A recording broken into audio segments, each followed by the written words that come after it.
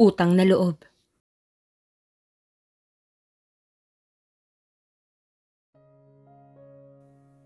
Isa ka raw mabuting anak kapag tinutulungan mo ang iyong magulang, lalo na sa mga gastusin sa bahay. Matatawag kang ulirang anak kapag marunong kang tumanaw ng utang na loob sa iyong magulang. Subalit hanggang kailan ba ang tamang pagtulong? Paano mo masasabing sapat na nga ang tinulong mo? Tama bang bilang isang anak, kailangan mo suklian lahat ng nagawa sa iyo ng magulang mo? Congratulations ate, graduate ka na! Masayang bati ng bunsong kapatid ni Krisa sa kanya. Dahil dyan, mas matutulungan na tayo ng ate mo dito sa gastusin sa bahay. Kaya ikaw, Ann, magsumikap ka mag-aral para makagraduate ka na sa college. Para mabili mo lahat ng gusto mo at matulungan mo rin kami. Litanya naman ni Tess, ang ina nila Krisa. Napangiti naman si Krisa habang pinagsasaluhan nila ang nilutong pansit ng kaniyang ina. Huwag po kayo mag-alala, Nay. Kapag nakahanap ako agad ng trabaho, ako nang bahala sa mga bayarin na bills dito sa bahay pati grocery. Suhestyon ni Krisa. Totoo ba yan, anak?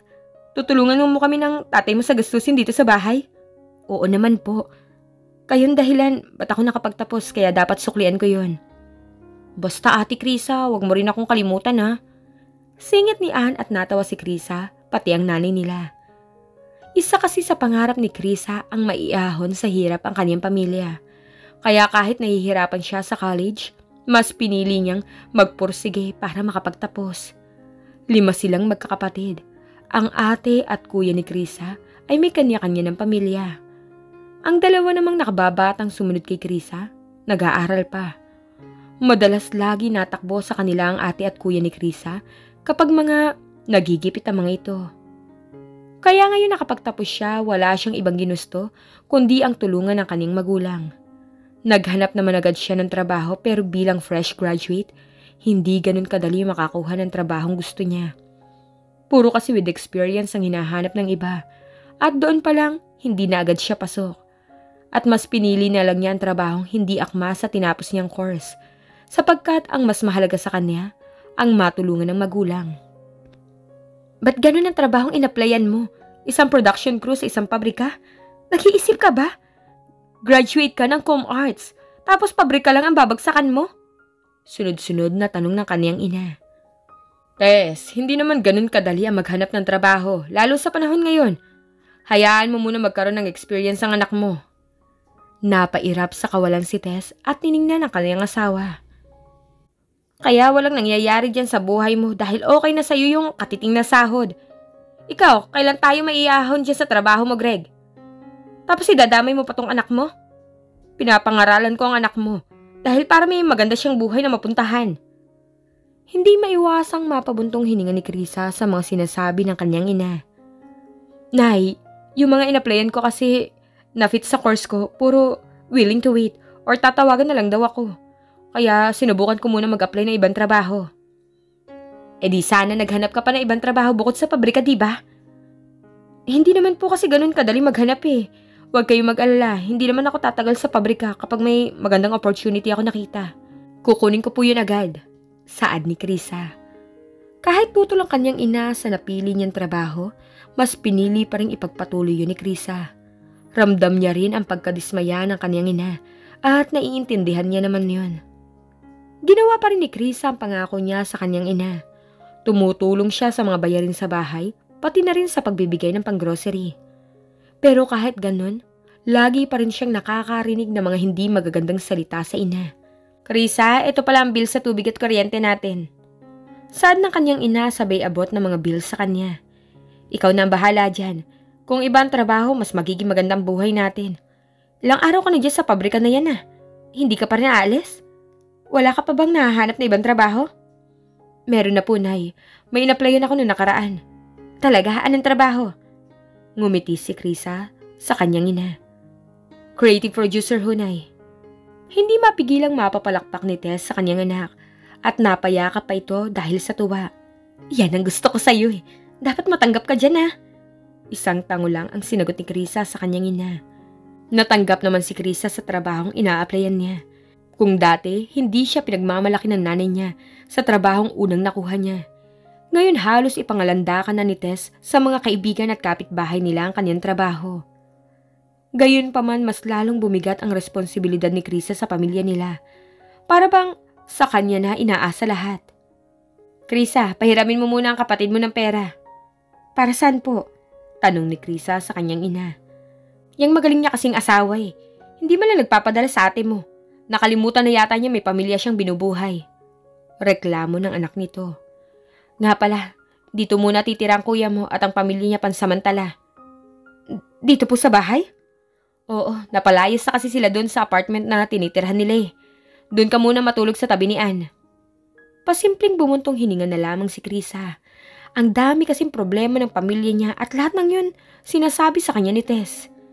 At masasabi ni Krisa ang perang sinasahod niya parang dumadaan na lang sa kamay niya. Dahil bawat sahod niya laging nandyan ang kanyang ina para sabihin kung ano ang dapat bayaran, unahin at bilhin. Sa araw-araw na buhay ni Krisa, lagi na lang siyang ganun. Laging sinasabi sa kanya ni Tess na siya na lang ang pag-asa nila.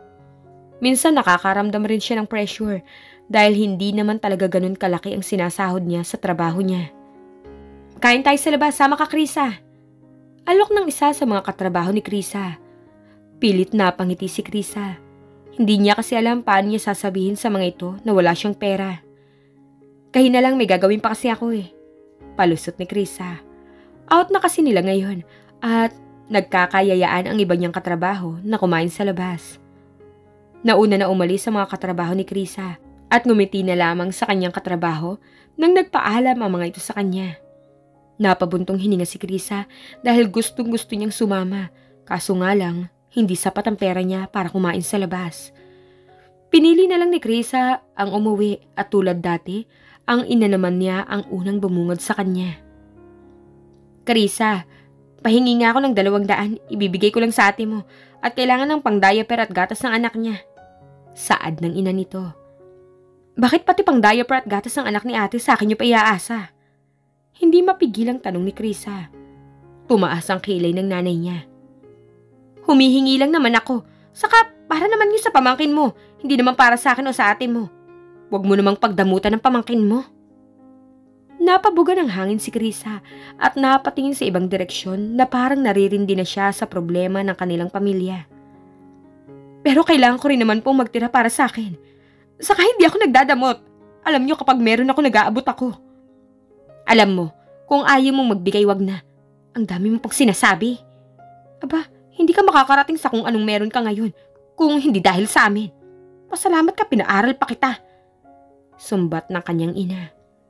Sanay na naman talaga si Krisa sa tuwing inuulit ng kanyang ina ang mga nagawa nito para sa kanya. Hindi naman yun nakakalimutan ni Krisa at alam niyang malaki ang utang na loob niya sa kanyang magulang dahil sa pagpapaaral sa kanya. Napaisip si Krisa, sa tagal na niyang nagtatrabaho, wala pa pala siyang nabibili para sa kanya dahil lahat ng sinasahod niya napupunta lang sa bahay. Hanggang isang araw nakita niya ang laptop na gustong-gusto niyang bilhin at magagamit niya rin sa trabaho. Ilang buwang pinag-ipunan ni Krisa. Nagtatabi siya sa sahod niya para mabili ang gusto niyang laptop. Nagkakahalaga kasi yun ng nasa 30,000. Hindi mapigilang matuwa ni Krisa nung mabili niya yun. Dahil sa ilang taong pagtatrabaho niya, para ngayon niya lang nailibre ang sarili niya. Pero iba ang naging reaksyon ng kanyang ina. Ano? Inuna mo yung laptop kaysa sa gastusin dito sa bahay? Hindi ba sinabi ko sa'yo, unahin mo muna ang pangangailangan natin dito sa bahay kaysa dyan sa luho mo? Sermon ni Tess kay Krisa.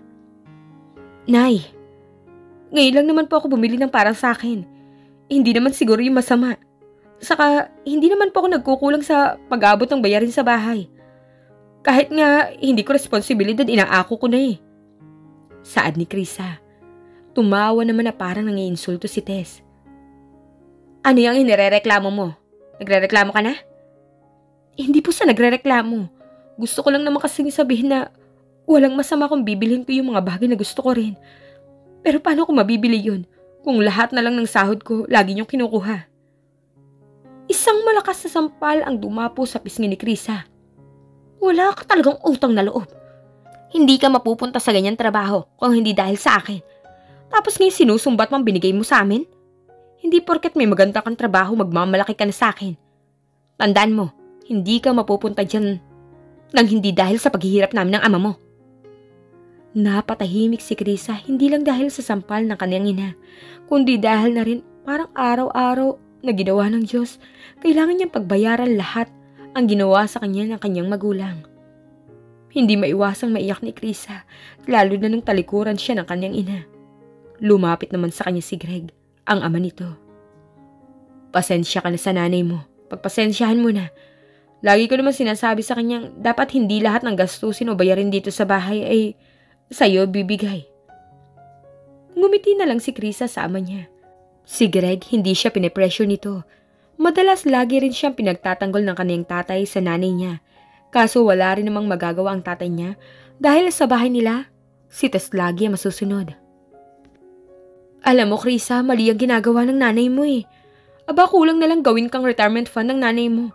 Hindi porket ikaw ang may trabaho at ikaw ang may tinapos, sa'yo na ipapaako lahat. Alam ko naman yun, Fay. Pero hindi naman talaga labag sa loob ko ang tumulong. Kaso nga lang laging galit si nanay eh. Minsan sinasabihan niya pa ako madamot. Mali ko ba? Napapailing na lang na wika ni Krisa. Umupo si Fay sa tapat ni Krisa. Bakit hindi ka na lang muna bumukod? Mungkahin ni Fay na kinakunot noon ni Krisa. Bumukod? Bakit naman ako bubukod? Takang tanong ni Krisa sa kaibigan. Girl, hindi habang buhay na iikot na lang ang mundo mo sa pamilya mo. Kailangan mo rin lumabas dyan sa nakasanayan mo. 27 ka na. Kahit isa wala ka pa ngang naipupundar. Hayaan mo muna yung nanay mo. Unahin mo muna yung sarili mo. Hindi ka na pabata, Krisa. Balang araw bubuo ka rin ng sarili mong pamilya. Napag-isipan ni Krisa ang sinabi ni Fay. Pumayag naman ang kanyang ama sa plano niya, subalit ang ina niya ang isa sa humahadlang sa gusto niyang gawin. Lalayas ka na? Tapos ano, mga ilang buwan lang, kakalimutan mo na kami. Baka mag-aasawa ka lang at gagaya ka na lang sa mga ate at kuya mo. Sermon ng kanyang ina. Kumunot ang noo ni Krisa. Matagal na siyang nagtitimping hindi sumagot sa ina dahil alam niyang ina niya pa rin ito at kailangan niyang galangin. Nay! Gusto kong umalis dahil mas magiging maayos ang buhay ko. Gusto kong umalis para unahin muna ang sarili ko. Hindi ko naman kayo pababayaan na. Magpapadala pa rin ako. Ang sabihin mo, aalis ka dahil nahihirapan ka na. Huwag mo nga bilugin ang ulo kung bata ka. Kung aalis ka, di umalis ka. Basta tandaan mo, wala ka nang babalik ang pamilya kapag lumabas ka sa pamamahay na to. Saad ng kanyang ina at galit na umalis sa kanyang harapan. Hindi mapigilan ni Chris ang manghina lalo sa mga sinabi ng kanyang ina. Ngunit kahit ganun, mas pinili pa rin ni Chris ang umalis sa kanila at maghanap ng ibang matitirhan. Akala mo'y nabunutan siya ng tinik nung umalis siya sa kanila. Naghanap rin siya ng mga part-time job para mas madagdagan ang kita niya. Parang guminhawa ang buhay niya at naging maayos ito simula nung umalis siya sa kanila. Doon niya rin na-realize marami pa pala siyang nakaligtaan. Ang kasabayan niya sa trabaho at mga kabatch niya, may kanya-kanya nang na-achieve sa buhay. May naipundar na rin habang siya wala pa dahil umiikot ang mundo niya sa nanay niya at pamilya niya. Krisa, mas lalo ka nag-i-improve sa trabaho mo ah. Dahil dyan, mapopromote ka as a senior creative producer. Hindi mapigilang matuwa ni Krisa sa sinabi ng kanyang boss. Congratulations, Ma'am Krisa. Salamat sa inyo. Masayang pagpapasalamat ni Krisa. Dahil sa ilang taon niyang pagtatrabaho ngayon lang siya na-promote. Isang taon na rin siyang wala sa kanila. Isang taon na rin niyang hindi nakakausap ang ina dahil tanging ang tatay niya lang, pati mga kapatid niya, ang kumakausap sa kanya. Hindi niya rin naman nakalimutan ang padalhan ng mga ito. Kahit wala na siya sa kanila, patuloy pa rin siyang nagsusustento. Hanggang isang araw, naghulat si Krisa na biglang sumulpot sa harap niya ang kanyang ina. Nay, ba't po kayo nandito? Tanong ni Krisa. Pwede ba kitang makausap? Oo naman po, pasok po kayo. Pagpapatuloy ni Krisa sa kanyang ina, kahit kinakabahan, mas pinili niya maging kalmado. Ngayon niya lang kasi ulit makakausap ang kanyang ina. Malaki na rin ang pinagbago nito. Umupo muna po kayo, kukuha lang ako ng makakain sa kusina. Saad ni Krisa bago iwan sa sala ang kanyang ina. Maganda itong nilipatan mo maaliwalas sa tahimik. Saad ni Tess at ngumiti lang si Krisa. Huwag ka mag-alala, nandito ako hindi para makipagtalo o away sa'yo. Gusto lang talaga kitang makausap. Tungkol saan po ba? Huminga muna ng malalim si Tess at tiningnan ng anak. Ang dami kong maling nagawa at pagkukulang sa'yo. Gusto ko sanang humingi ng tawad. Patawarin mo ako. Kung ngayon lang ako nakaharap sa'yo. Nahihiya kasi ako Pakiramdam ko, wala akong silbing ina. Patawarin mo ako kung wala akong ibang inisip kundi pera. At nakalimutan ko na tanungin at kamustahin ka. Saad ni Tess habang umiiyak. Hindi rin mapigilang mapaiyak ni Krisa at lumapit siya sa kanyang ina para yakapin ito. Nay, mahal na mahal ko po kayo. Lahat pwede kong maitulong, ginagawa ko naman po Huwag na po kayo mag-sorry dahil matagal ko na kayo napatawad. Anak, pangako, babawi ako sa lahat ng pagkukulang ko. Muling naging magkasundo ang mag-ina. Pumayag na rin si Tess sa gusto ni Krisa.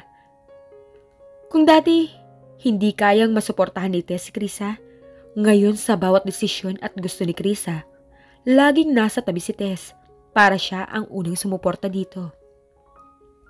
Bilang isang magulang, responsibilidad nating alagaan at ibigay ang mga gusto ng ating mga anak. Pati na rin ang paaralin sila, sapagkat karapatan ng mga bata ang makapagtapos at matuto. Ngunit hindi porket nagawa mo na ang pagtapusin ng anak mo, lagi mo na lang sa kanya isusumbat ang nagawa mo. Hindi replacement fund ang anak. Hindi mo siya niluwa sa mundo para iahon ka sa hirap. At hindi rin magandang ipamukha sa mga anak ang nagawa mo para sa kanila. Dahil bilang isang magulang, responsibilidad mo ang buhayin sila. Gayunpaman bilang isang anak, dapat matuto ka rin tumulong sa iyong magulang. Pero huwag na huwag mong kakalimutan ang magtira para sa iyong sarili.